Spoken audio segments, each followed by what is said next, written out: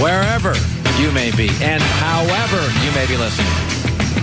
We're on iHeartRadio, Fox Sports Radio, and FS1. Joy Taylor is joining me. Albert Breer, Jeff Garcia today. Troy Brown, former Patriot great. Chris Haynes in studio. Joy, how are you? I'm doing great. Good morning. Let me, before I get to the football, I want to start on this whole Anthony Davis Laker thing, this big story. So yesterday I got off and the show, and I listened to sports radio, and I was on social media, and I was watching cable television yesterday for like an hour.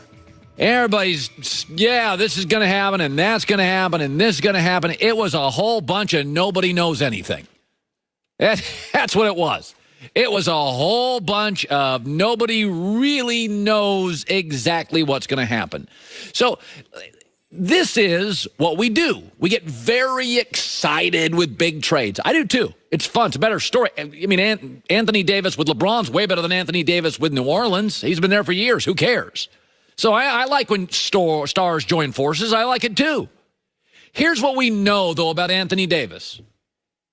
Okay, this isn't the glossy magazine cover. Let's be real. Let's keep it 100. Number one is, with Boogie Cousins, a great all-star, he couldn't make the playoffs.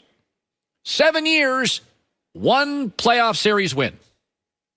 Sorry if those facts get in the way of how you feel about it. Number two is, he's hurt a lot, including currently.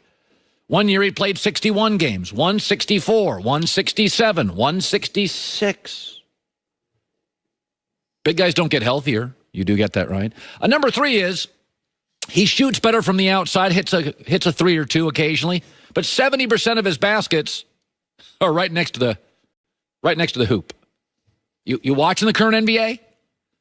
This idea I'm going to give up everything for Anthony Davis. Let me ask you, LeBron in his 15th or 16th year in Anthony Davis, he's not Kevin Durant as a shooter, and I've given up everything else. Well, what's that get me? It'll be fun.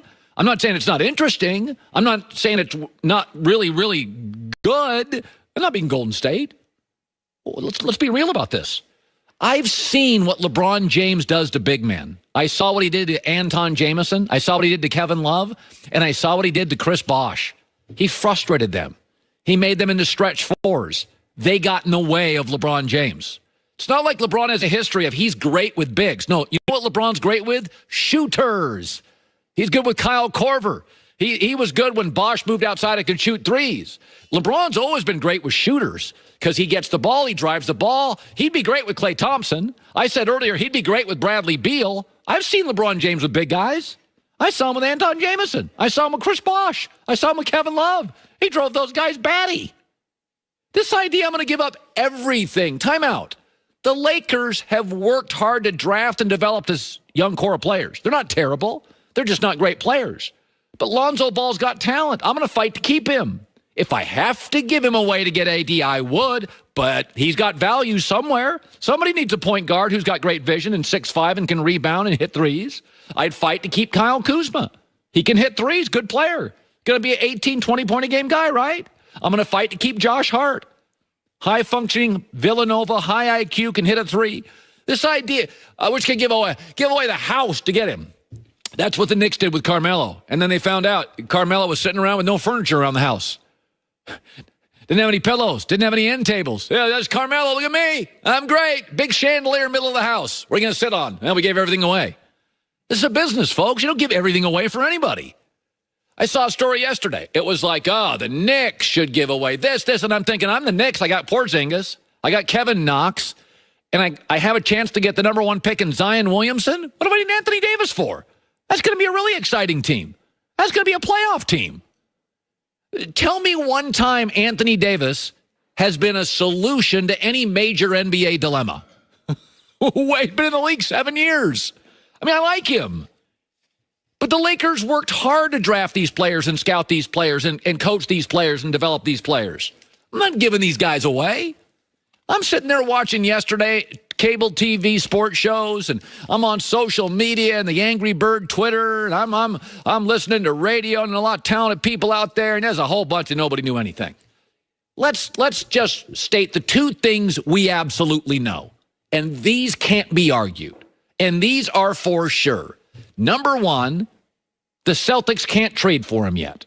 They can't. Under NBA restrictions, the Celtics cannot trade for him yet.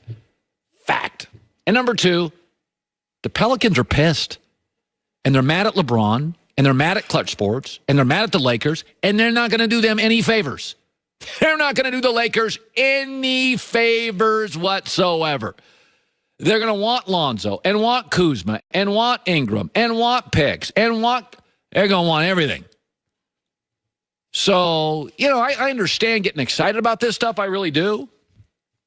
But let's put it in a little context. All right, let me segue to this. Now we're going to talk Super Bowl. Everybody's got devices. Joy's got a phone. I got a phone. Goulet's got a phone. Tui got a phone. Everybody's got a phone. I love phones, but I got kids. I know what they're doing to my kids, and I know what they're doing to me. I'm less patient. People don't let stuff marinate anymore. They don't let stuff bake. Jason Whitlock says this about it. It's great lines. Let's play it. Young people today, they just hate the oven. They hate baking in the oven. Everybody thinks, hey, toss me in the microwave and I'm going to taste as good as something that was slow cooked the way your mama used to make it. And it just isn't true. It's so true. Nobody wants to use the oven. We all want the microwave. Somebody came up to me yesterday and said, I don't trust Jared Goff. Is he the future of the Rams? And I said, of course he's the future of the Rams. What do you mean he's not the future? Well, I mean, I watch him and I'm like, well, he's 14-3 on the road. You don't think Jared Goff is the future of the Rams? Well, I mean, when I watch him, I'm against New Orleans. He wasn't. What? Let me remind you that we used to have, before the iPhone, patience. Give me Tom Brady's first Super Bowl. Oh, wait. That year, he had an 86.5 passer rating, 18 TDs, 12 picks. He wasn't elite. His second Super Bowl, 2 years later, he had 23 touchdowns, 12 picks, and an 85 passer rating, completed 60% of his throws. He was not a legend. His third Super Bowl in 2004, his passer rating was now 92, 28 TDs, but 14 picks. Tom Brady didn't emerge as a superstar until his fourth Super Bowl, which, by the way, with Randy Moss, he lost. That year, Tom was a legend. His passer rating was over 115. He completed 69% of his throws, 50 touchdowns, 8 picks. Did New England ever say, well, we don't know if Brady's the guy? Folks, Tom Brady didn't peak until his 7th year in the league. He was 30. That's when he was Tom, you-know-what Brady. Our devices, our phones, give us instant gratification. We don't let anything marinate and anything bake. Goff, at this point in his career, is better than Tom Brady. He's got a better arm. He was a 3-year starter in college and the number 1 pick. Tom was the 199th pick. Led by his defense, couldn't beat out Drew Henson in college. Jared Goff is not only the future of the Rams. At this point, he's better. Doesn't have the rings, but he's better than Tom Brady. You do remember that Peyton Manning didn't win a playoff game until year 6. Did the Colts want to bail on him? LeBron, we think of him as every year he's in the finals. First 7 years got to 1. Michael didn't get to a final until year 7. Tom Brady was finally Tom Brady in his 4th Super Bowl, which, by the way, is the first one he lost. Jared Goff last weekend went into the loudest NFL stadium against a first-ballot Hall of Famer and one of the NFL's top defenses.